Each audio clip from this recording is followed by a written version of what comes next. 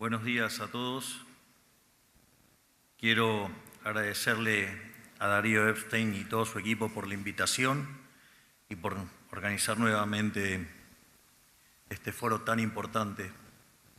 Obviamente que quiero darle las gracias a Spitz por estas palabras, por el premio.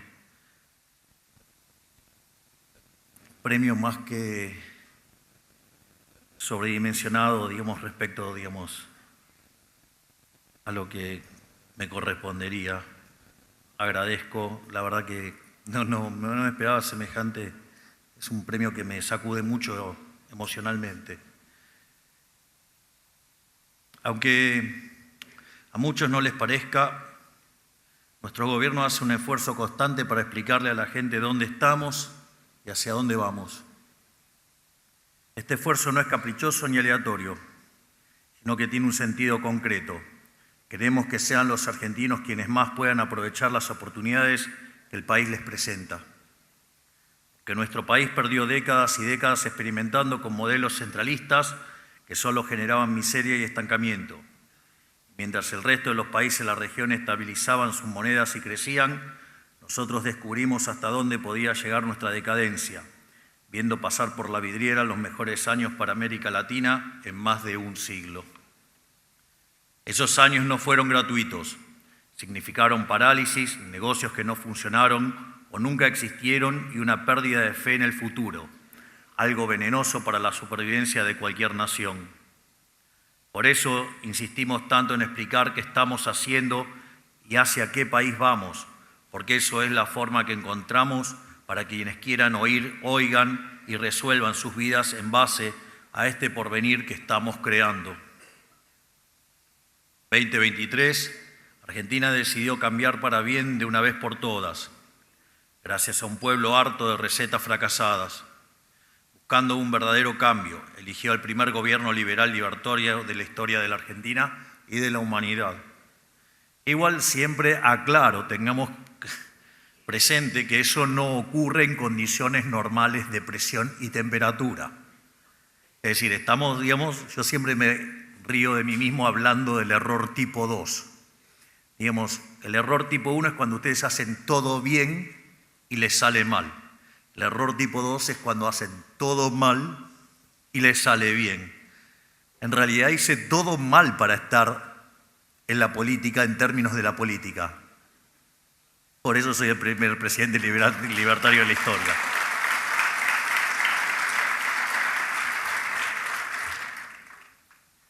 Y eso también es una buena señal. Quiere decir que los argentinos decidieron cambiar. Nosotros podemos hacer nuestros mejores esfuerzos, pero lo que va a determinar que salgamos del pozo son los propios argentinos. Voy a contar una anécdota antes de seguir con el discurso. Días atrás fui a un programa en Neura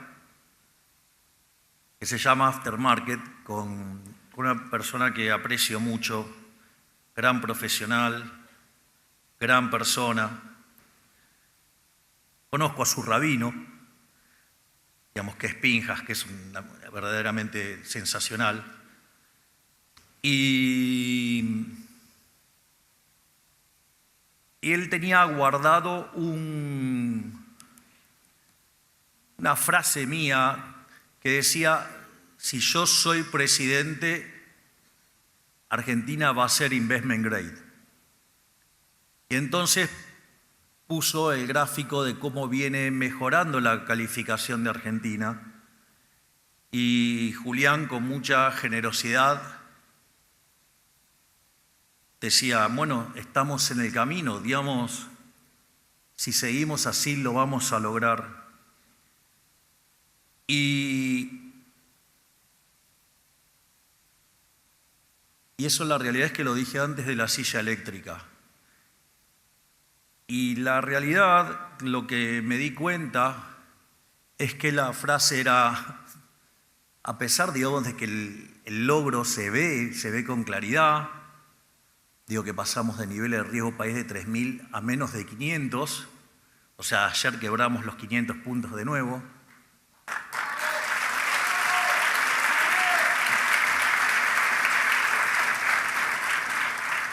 y que Argentina ya tiene indicadores fiscales para ser digno de tener una calificación muchísimo mejor.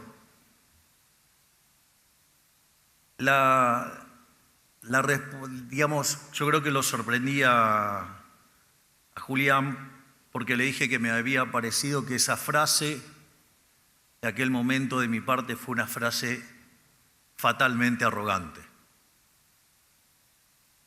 Porque lo que va a hacer que Argentina sea investment grade no es que nosotros hayamos decidido el rumbo correcto, que es volver a abrazar la idea de la libertad. No es solo el gobierno. Es decir, Argentina va a ser investment grade el día que los argentinos decidan ser investment grade, el día que los argentinos decidan abrazar la idea de la libertad. Y lo único que va a ser necesario, digamos, es el conductor, el que lidere eso. Pero solamente Argentina va a ser investment grade el día que los argentinos definitivamente decidan abrazar las ideas de la libertad y terminen de sepultar al populismo.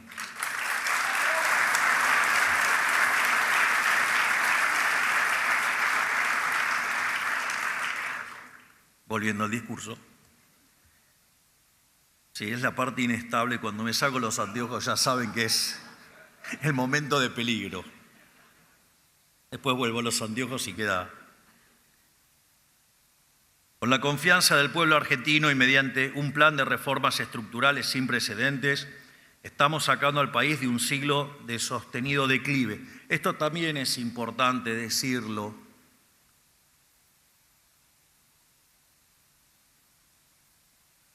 Nunca en la historia argentina hubo un spread tan grande entre lo que está ocurriendo en la economía y lo que dicen los medios de comunicación.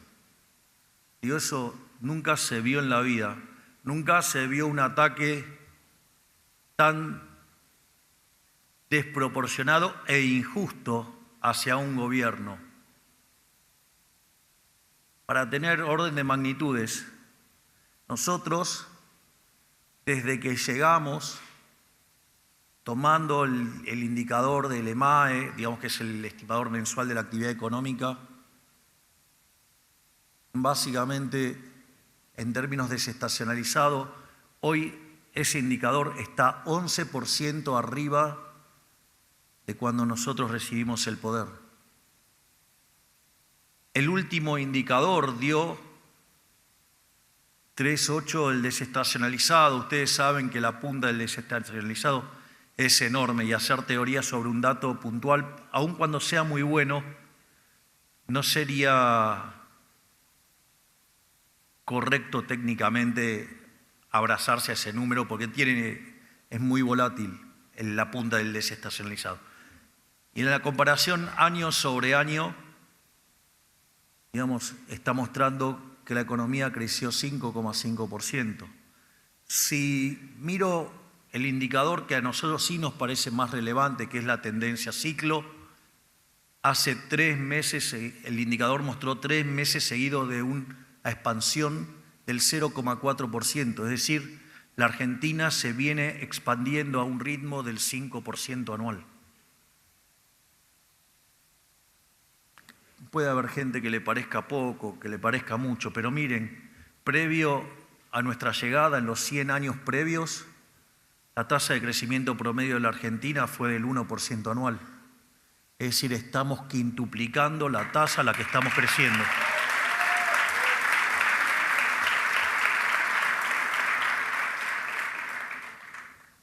Entonces, la realidad es que lo mismo con la inflación. ¿Es la que queremos? No, claramente no es la que queremos. Pero venía de una aceleración brutal. Veníamos viajando al 1,5 diario. Digamos, si nosotros no cortábamos de cuajo con el desequilibrio fiscal, el desequilibrio del Banco Central, y no poníamos en orden todas las finanzas del Estado, sin lugar a dudas hubiéramos terminado con una hiperinflación, digamos, en torno al 15.000%. Sin embargo, con el esfuerzo de todos los argentinos y con la pericia del ministro Luis Toto Caputo, su secretario de Financiamiento, Pablo Quirno, hoy canciller, y el presidente del Banco Central y su equipo, Santiago Gaucili, digamos, evitaron una hiperinflación. Y esa combinación de eliminar la hiperinflación, que la economía se expanda, restaurar el orden en las calles, porque previo a que nosotros llegáramos al poder había 9.000 piquetes por año. Hoy son 0 y tenemos los índices de criminalidad más bajos de la historia, gracias al trabajo de la doctora Bullrich.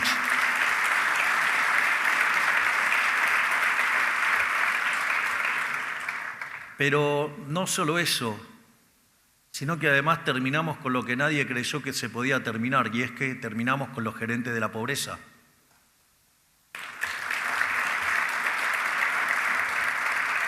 En un comportamiento muy valiente de la ministra Sandra Petovelo, la cual les recuerdo que al inicio del gobierno, cuando le cortamos a estos delincuentes ese canal por el cual robaban a los más vulnerables, la tuvieron sometida a una presión mediática desmesurada para que la echara.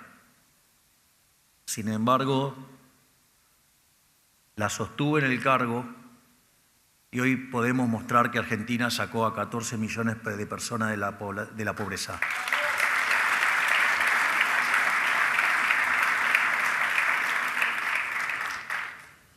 Que en este marco el equilibrio fiscal, la desregulación y la apertura económica han tenido un papel protagónico en el resurgimiento argentino, tras un siglo de chocar una y otra vez por culpa de economía centralmente planificada. Hablo de un resurgimiento basado en la corrección sistemática de años y años de desvío, donde la nación fue llevada de las narices por el intervencionismo delirante de los políticos de turno. Que además la contracara del intervencionismo son kioscos. No es un chiste, o sea, es gente robándole a los argentinos de bien. Gracias a nuestras medidas hemos alcanzado el orden macroeconómico, piedra angular de cualquier proyecto sostenible. Hemos erradicado el déficit fiscal en nuestro primer mes de gobierno, algo que todos creían imposibles, y saneamos los pasivos del Banco Central en los 6 meses siguientes, partiendo de una situación inicial que era trágica. Digo, el mejor ejemplo, la CIRA, ¿no? Y luego de sanear los pasivos del Banco Central y pagar deuda al contado durante todo un año gracias al esfuerzo fiscal, logramos sanear los activos del Central y ponerle fin a la tragedia monetaria que heredamos. Es decir, la salida del cepo, que todos decían, no va a hacer eso en un año electoral. Y yo dije, si tenemos la plata, vamos a salir. Y decían, no va a ser algo así en un año electoral. Y yo dije, por encima de lo electoral está la libertad. La libertad no se mancha. Y consecuentemente, cuando tuvimos los dólares para salir, salimos y devolvimos la libertad a los argentinos.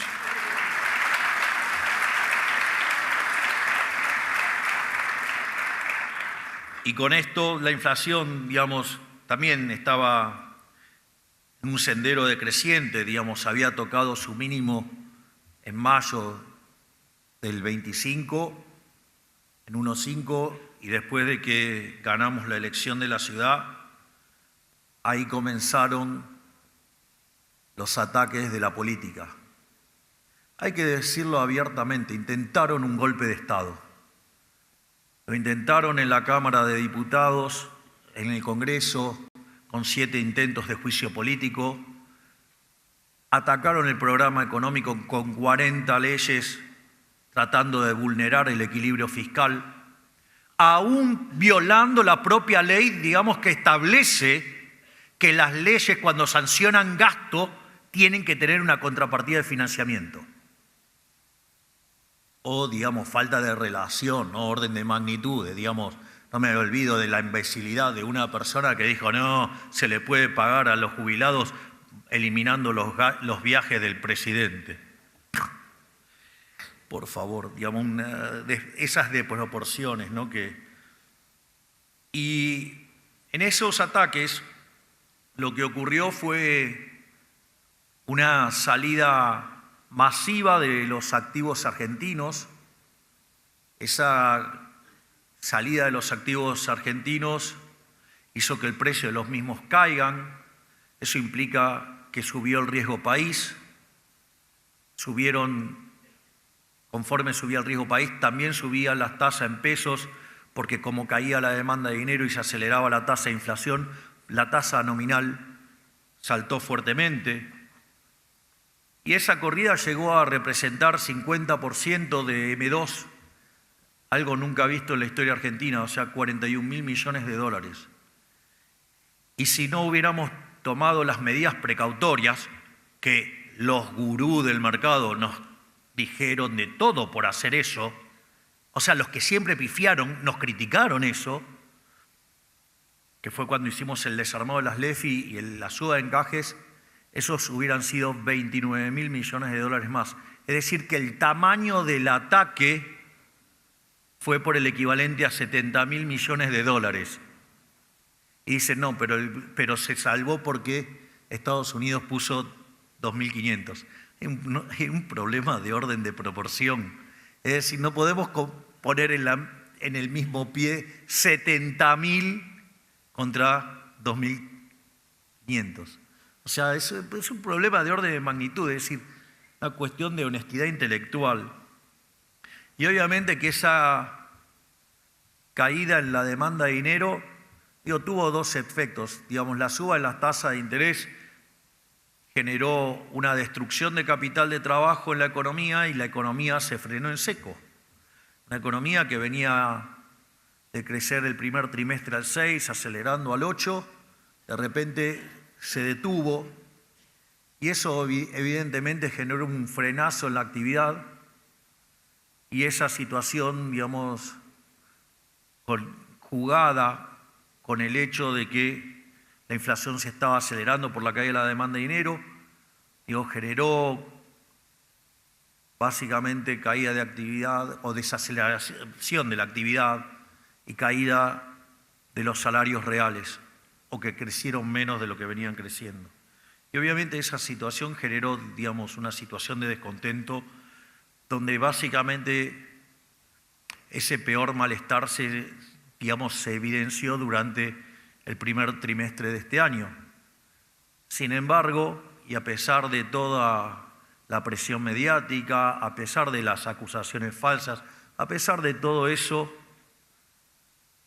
nosotros en un mes y medio cumplimos con todas nuestras promesas de campaña para las elecciones de medio término, porque entre el tramo que operó el Congreso en extraordinarias durante diciembre y el mes de febrero, les recuerdo que, entre otras cosas, salió déficit cero, salió la baja de imputabilidad, que era algo que se venía discutiendo hace 40 años, salió la modernización laboral, que hacía, digamos, todo el mundo sabía que hacía más de 50 años que había que cambiar esto. No solo eso, se firmó el acuerdo con la Unión Europea, además se sancionó una ley de una importancia enorme, que es la Ley de Inocencia Fiscal, digamos, donde históricamente los argentinos frente al fisco éramos culpables hasta que demostráramos lo contrario. Y sin embargo hoy somos inocentes hasta que se pruebe lo contrario. Es decir, somos el primer gobierno que no solo le devuelve libertad a los argentinos bajando 2,7 del PBI de impuestos, le devolvemos libertad a los argentinos restaurando el derecho de propiedad, bajando y eliminando regulaciones, sino que además le hemos devuelto la libertad con la presunción de inocencia. Vaya que somos bien liberales.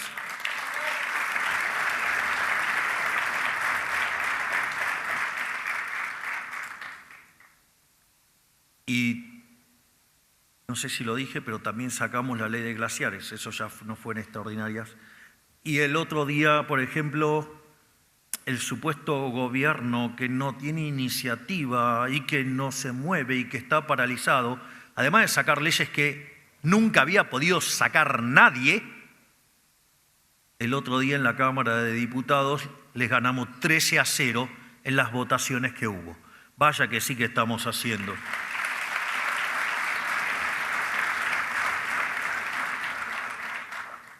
Y, entre otras cosas, este hecho de haber bajado tan fuerte la inflación le ha devuelto a los argentinos la posibilidad de planificar sus vidas.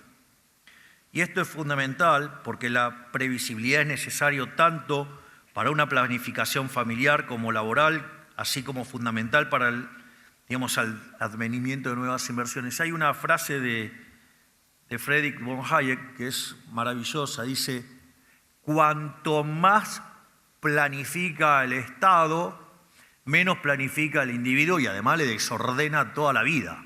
O sea, le vuelve en el extremo que tiene, en el comunismo. O sea, bueno, fue un fracaso en lo económico, lo social, lo cultural, y mataron 150 millones de seres humanos. Bueno, eso es lo que pasa cuando, el que planifica es el Estado. Ahora, cuando el Estado se corre, el sector privado planifica su vida y prospera.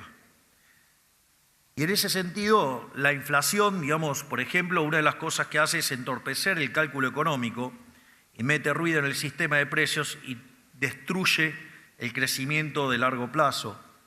Lo que hay que entender que también es que eliminar la inflación es una condición necesaria para crecer, no es una condición suficiente.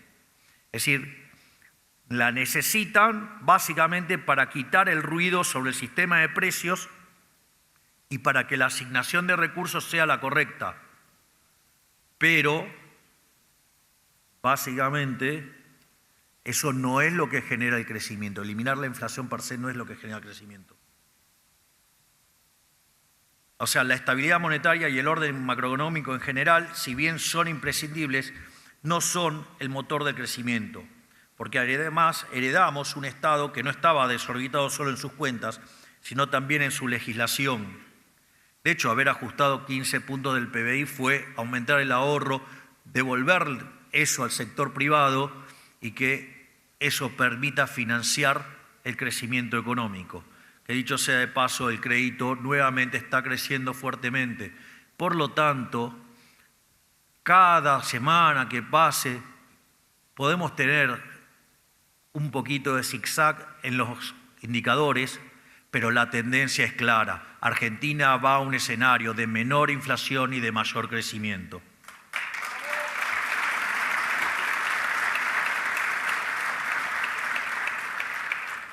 Por eso, el siguiente salto cualitativo, una vez ordenados los números, es la liberación de los rendimientos crecientes mediante la desregulación.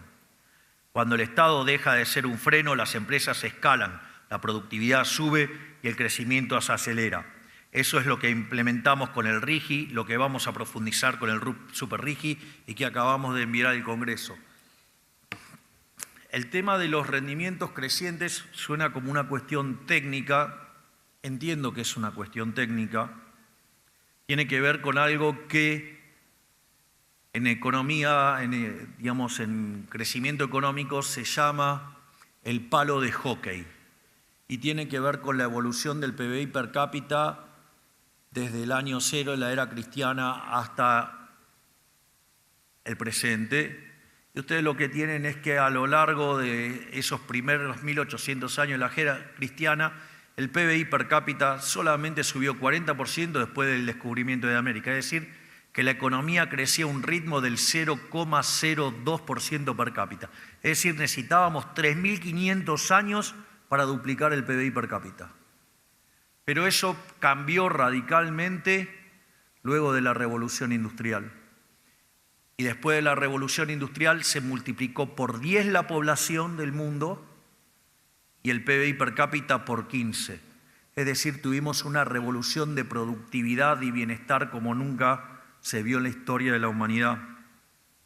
Eso de haber eso de que el producto haya subido más que proporcionalmente a la población, digamos esas 15 veces, eso se llaman rendimientos crecientes.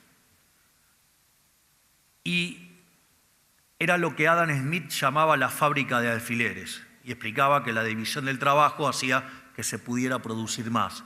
Bueno, la división del trabajo, por ejemplo, depende del tamaño del mercado. Entonces, ¿cómo podemos hacer para ampliar el tamaño del mercado?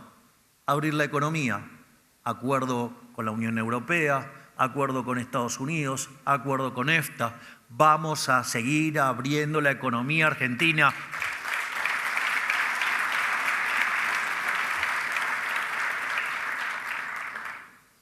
Y por otra parte, la regulación es casi tan violenta como los propios impuestos.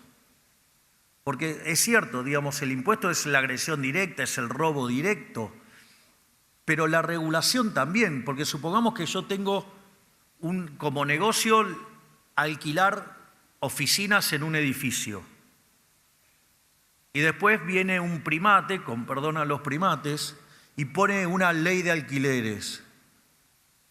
Ok, le destrozaron el negocio, su negocio después de eso vale mucho menos. Fíjense que, digamos, nosotros sacamos la ley de alquileres, se duplicaron las propiedades en alquiler y el precio en términos reales cayó 30%. Al final, ¿quiénes eran los que estaban del lado de los vulnerables? Los liberales.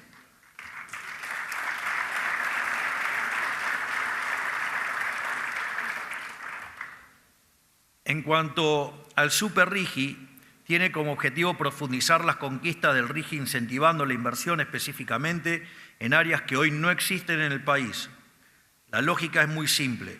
Es mucho más beneficioso cobrar menos de algo que cobrar mucho de nada, por lo que imponerle una alta carga fiscal a algo que no existe no trae un beneficio para nadie, mientras que bajarle la carga fiscal puede generar que ese algo exista en primer lugar y nos beneficie a todos en el proceso. Es interesante ver un fragmento que está circulando por las redes del gobernador de Neuquén, Rolo Figueroa, que dice: entrar al RIGI me costó en recursos 3,5 millones de dólares y está llevando a la provincia inversiones por 1.000 millones de dólares. Vaya que, digamos, por eso Neuquén hoy es la provincia que más crece en Argentina al 12% anual.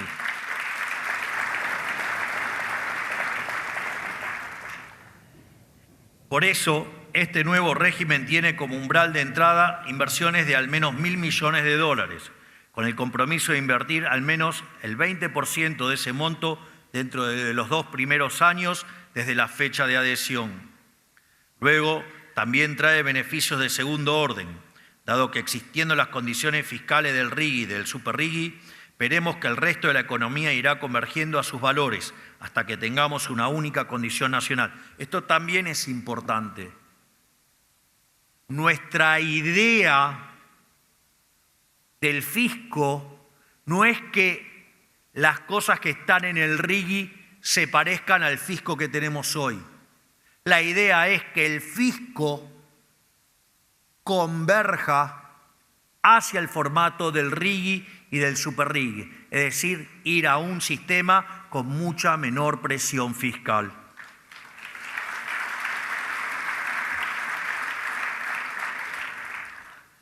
Y aunque distintos bandos de la oposición se hayan pasado los últimos años diciendo que nosotros teníamos mucha teoría pero poca práctica, ya podemos ver primero los resultados de nuestras acciones. Milton Friedman le diría: muchachos, primero los datos.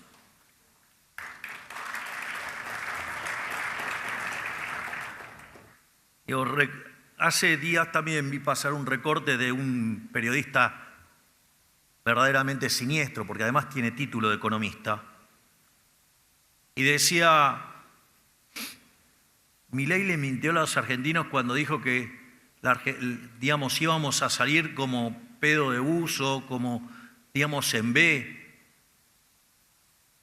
Digo, salimos más fuerte que en B. Si comparamos contra lo que fue la caída, digamos, que digamos, terminamos de procesar la caída que nos dejaron los K, que dicho sea de paso, el arrastre estadístico era como una caída de 3,5.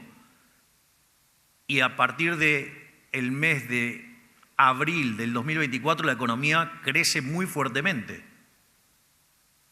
Es decir, pero bueno, ¿qué podemos esperar de ese mentiroso serial si es el mismo periodista, si se le puede decir así, que anticipó 40 veces que eché a mi ministro de Economía, con quien tengo una relación simbiótica?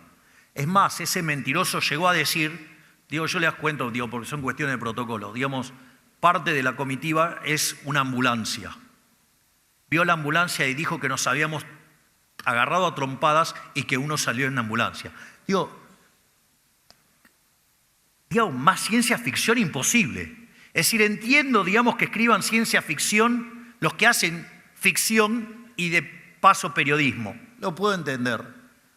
Pero que un economista diga esa cantidad de estupideces es verdaderamente... pero bueno, la falta de pauta no es gratis. Lo otro que hay que mencionar es que también, esto trae beneficios de segundo orden, que es lo que acabo de señalar. Entonces, voy a volver al discurso. Como consecuencia de estas medidas, Argentina es uno de los países que más ha crecido en Latinoamérica en el 2025. Según estimaciones de diferentes organismos, somos el país que más va a crecer en los próximos años, teniendo en cuenta que venimos de evitar la peor crisis de nuestra historia y considerando que Argentina no creció entre 2011 y 2023, está claro que la idea de la libertad funciona. Y además, cuando ponemos en comparativo con otras administraciones que tuvieron que bancarse el ajuste inicial, post-ajuste, la mejor salida comparada es la del gobierno liberal libertario.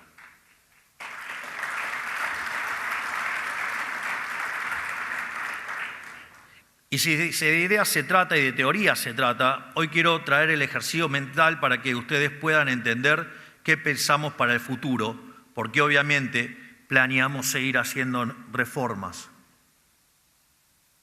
Nosotros vemos que el Estado se comporta como un prestador de seguros de última instancia, a la vejez en el caso de la jubilación, a la enfermedad en el caso de la salud pública, a la estabilidad financiera en el caso del Banco Central. Pero ¿cuál es el problema? Que al ser un prestador ineficiente y excesivamente grande, cuando lo necesitas falla. Esto quedó demostrado con una claridad brutal en la pandemia, en la que si nos hubiéramos comportado como un país mediocre, hubiéramos tenido 30.000 muertes y sin embargo tuvimos 130.000. Es decir, la ineficiencia del Estado le costó la vida a 100.000 argentinos. Y esto tiene que ver con lo que nosotros estamos pensando de cómo avanzar en la agenda de la libertad. La inspiración de ver al Estado como un prestador de seguros está inspirado básicamente en el debate entre John Rawls y Robert Nozick, y cómo este tema fue encarado por Hayek. La realidad es que la gente tiene aversión al riesgo. O sea, ustedes si ponen a una persona frente a tener que elegir dos situaciones, una en la cual puede ser extremadamente rico y en la otra ser extremadamente pobre, es probable que una solución intermedia le resulte más satisfactoria que ir hacia los costados. Es decir, la gente tiene aversión al riesgo, eso es un dato. De hecho, es con lo que sistemáticamente juega la izquierda y juegan los populistas. Si ustedes se fijan, durante la campaña del 23, me hicieron lo que llamaba la campaña del miedo. Por ejemplo, dijeron que se iba a permitir la venta de órganos. ¿Alguno pudo tradear algún órgano acá? Dijeron que iba a cerrar la universidad pública. Lo que sepa, están ahí. Dijeron que iba a cerrar los hospitales. Los hospitales siguen estando. Es decir, es una estrategia de la izquierda asustar a la gente. Es decir, recurren al miedo. Esto no es menor, porque cuando ustedes estudian las grandes epidemias en la historia de la humanidad, una de las cosas que más muertes causaba era el miedo. Un 20% de la gente se moría de miedo. Y si ustedes quieren un experimento monstruoso al respecto, fue la pandemia. Digo, que tuvo la complicidad de políticos y medios de comunicación, ¿no?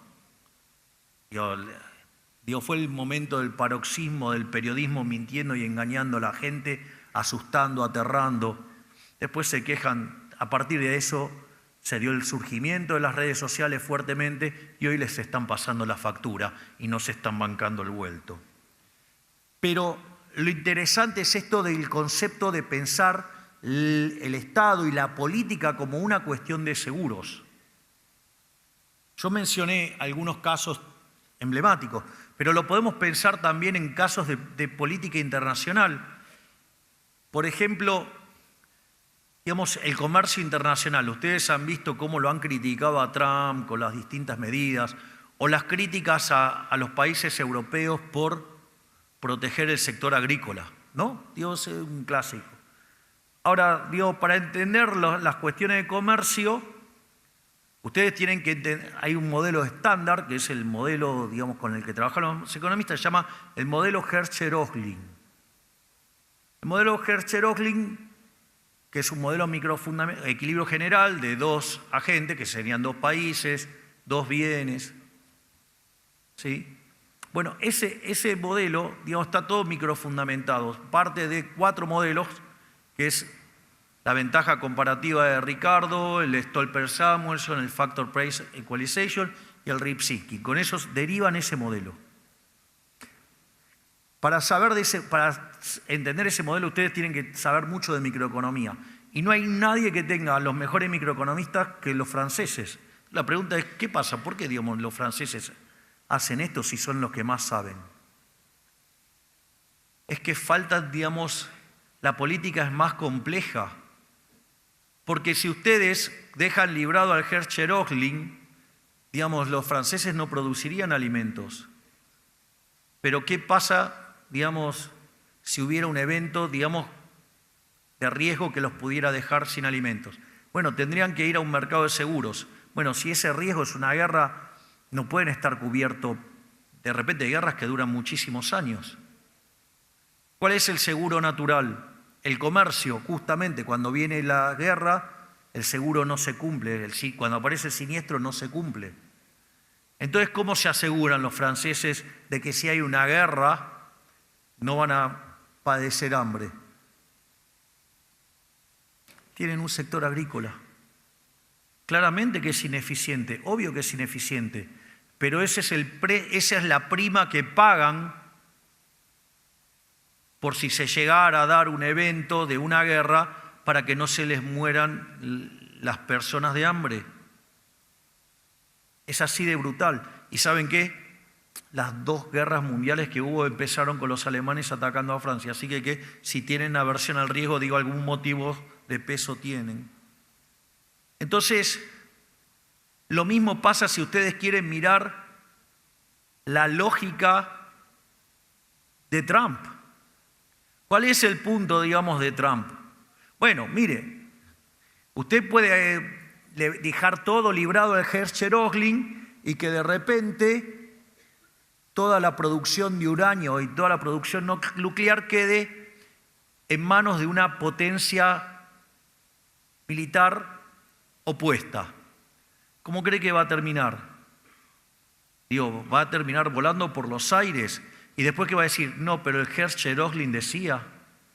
Digo, hay tiempo para corregir el error de 3 nerds mirando un modelito o de analistas precarios que no saben entender los riesgos geopolíticos. Entonces hay que entender que el mundo cambió, que los riesgos políticos importan y eso además genera una gran ventaja para aquellos que puedan producir energía, alimentos, minerales y economía del conocimiento. Todo lo que tenemos nosotros, si no nos subimos al tren, se nos va la última oportunidad.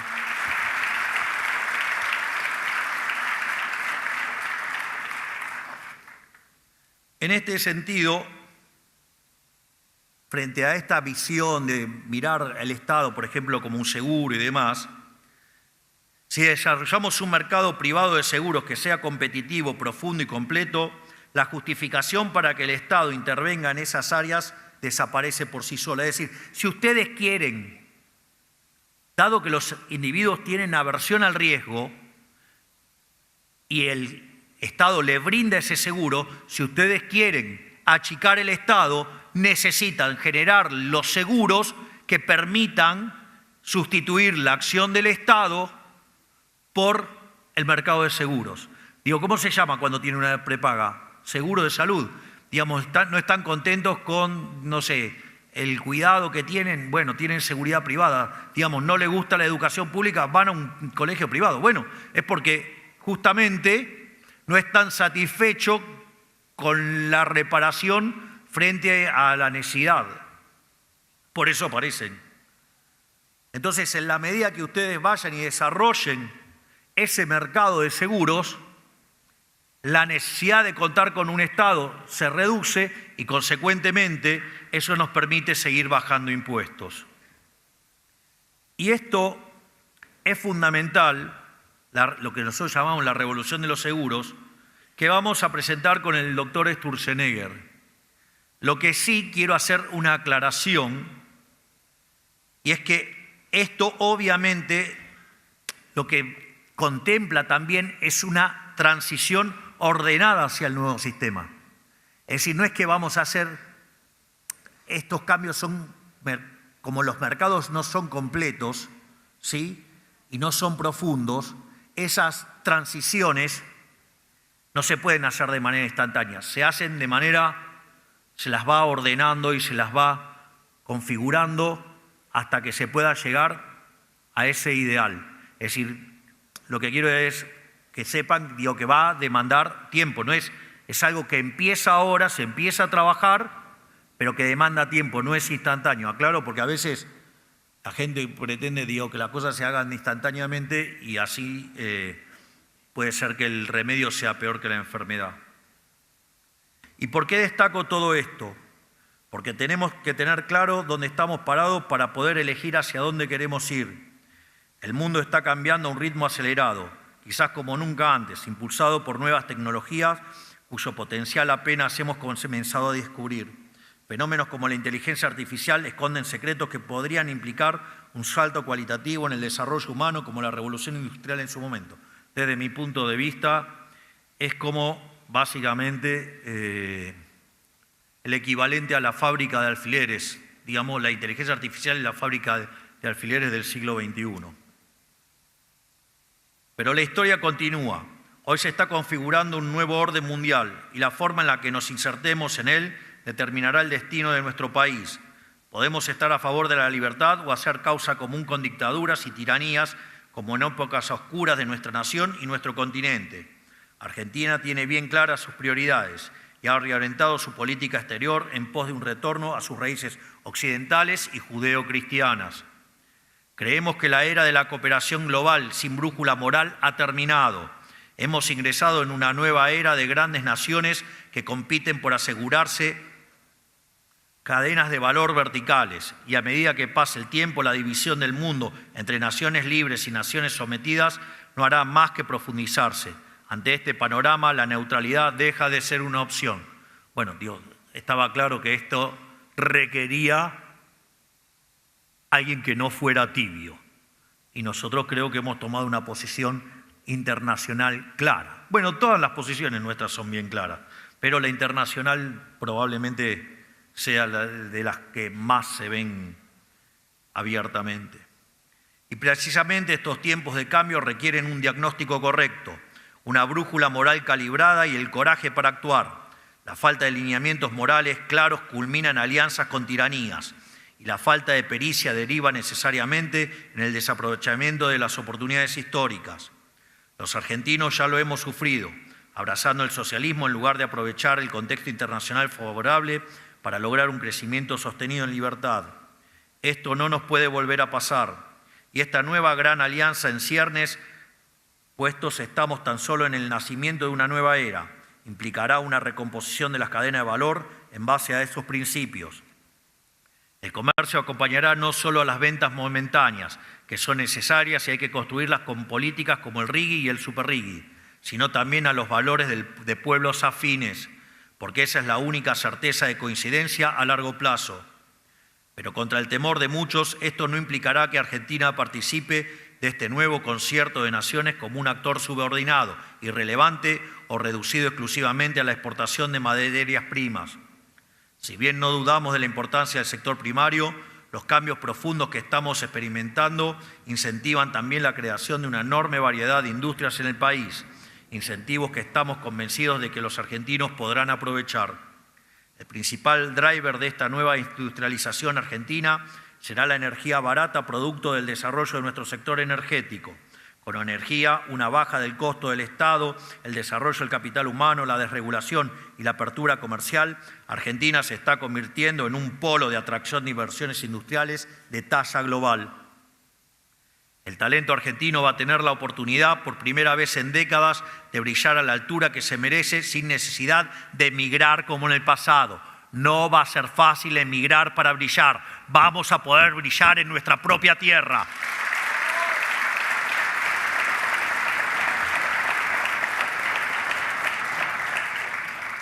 Por todo esto, hoy tenemos lo que Occidente necesita. Tenemos energía, desde petróleo, gas y hasta energía nuclear. También minerales, tierras fértiles para el cultivo y estamos estratégicamente ubicados para que todos estos productos, al igual que los industriales, no presenten mayores riesgos de interrupción ante amenazas. El kirchnerismo convirtió a nuestro país y en especial al sector privado en un gran desierto en el que solo crecía lo que estaba bajo la sombra del poder político. Ahora vemos florecer a ese desierto con miles de nuevas industrias. Veremos un milagro propio de los periodos y las geografías en las que se deja actuar a la libertad bajo reglas justas y claras. Veremos florecer la refinación de uranio, el procesamiento de celulosa, la producción de fertilizantes, la industria forestal, la producción agropecuaria y ganadera y desde ya la industria del petróleo y del gas. Pero la belleza de esta lista es que no es una lista cerrada.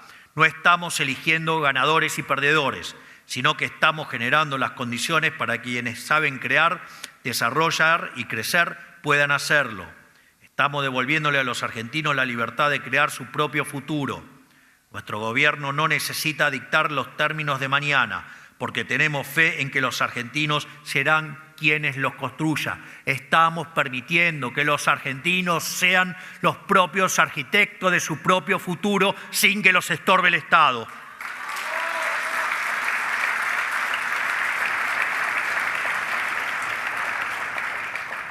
Y como si todo esto fuera poco, hoy el continente americano es el refugio de la libertad. El mundo está envuelto en conflictos, tensiones geopolíticas, inestabilidad y gobiernos incapaces de reconocer los desafíos severos al statu quo que origina todo esto. Argentina y toda la región deben preservar la paz de la que durante tiempo han gozado, al punto de darla por sentado. Los Estados Unidos entienden la importancia de un continente pacífico, abocado al crecimiento y al florecimiento humano y no a aventuras políticas socialistas y comunistas que conducen a la servidumbre y la miseria. Eso es hoy el núcleo de la nueva doctrina Monroe o Donroe por el presidente Trump, que reza América para los americanos. Esto significa nada más y nada menos que América debe ser un continente en el que todos sus habitantes puedan ejercer libremente sus facultades, crecer económicamente y prosperar sin que potencias extranjeras interfieran con ese crecimiento para favorecer sus propios intereses. Aquí aplica el mismo principio de los seguros que expliqué anteriormente. Lo que Estados Unidos está buscando con el nearshoring es exactamente eso, tener un seguro geopolítico. Quiere sus cadenas de valor cerca, con socios confiables para no quedar expuestos si el mundo se fragmenta aún más. América Latina puede ser ese refugio, pero para ser elegibles tenemos que estar a la altura. Por eso, hoy están siendo liberados países que habían caído en los peores de las tiranías, como por ejemplo Venezuela, y próximamente veremos a Cuba libre.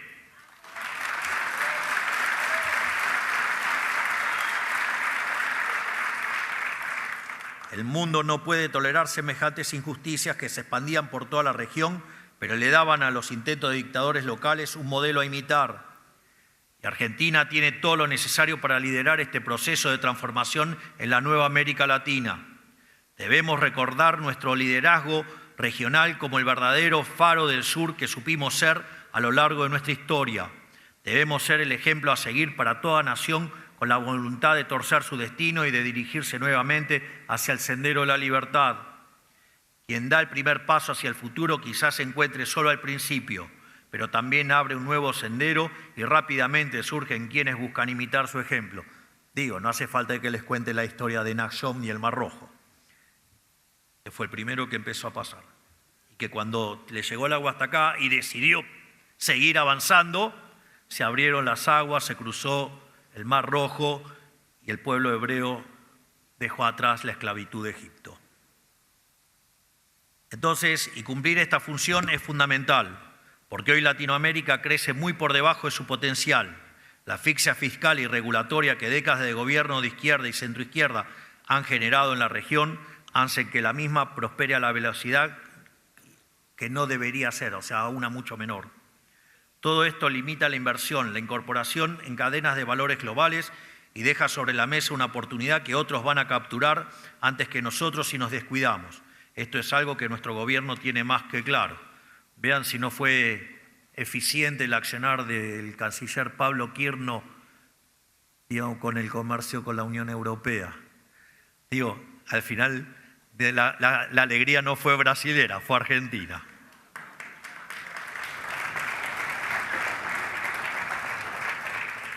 Esperemos que de vuelta la alegría sea argentina acá unos meses. ¡Vamos, Messi, carajo! No nos alcanza con crecer más que los últimos 20 o 25 años. Nuestra propia vara no está tan baja, sino que sabemos que debemos crecer a un ritmo más vertiginoso, aún para no quedarnos atrás, porque comenzamos desde el subsuelo. Por todo esto, creemos que estamos ante una oportunidad única para América Latina, pero especialmente para Argentina. La reconfiguración del comercio global, la búsqueda de aliados confiables, la necesidad de nuevas cadenas de valor y la escasez energética, todo esto converge ahora.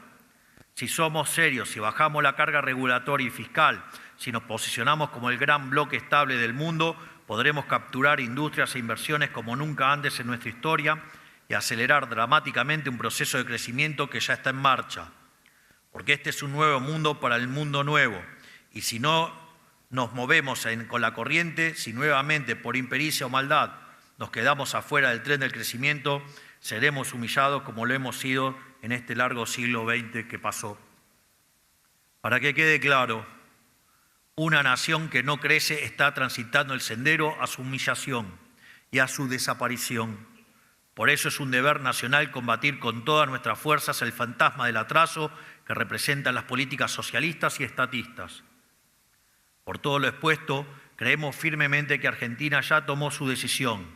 Dejar de ver pasar la historia delante de sus ojos, viendo cómo los demás aprovechan las oportunidades, mientras sus dirigentes siguen intentando encontrar la cuadratura del círculo, insistiendo con fórmulas responsables de sucesivos fracasos.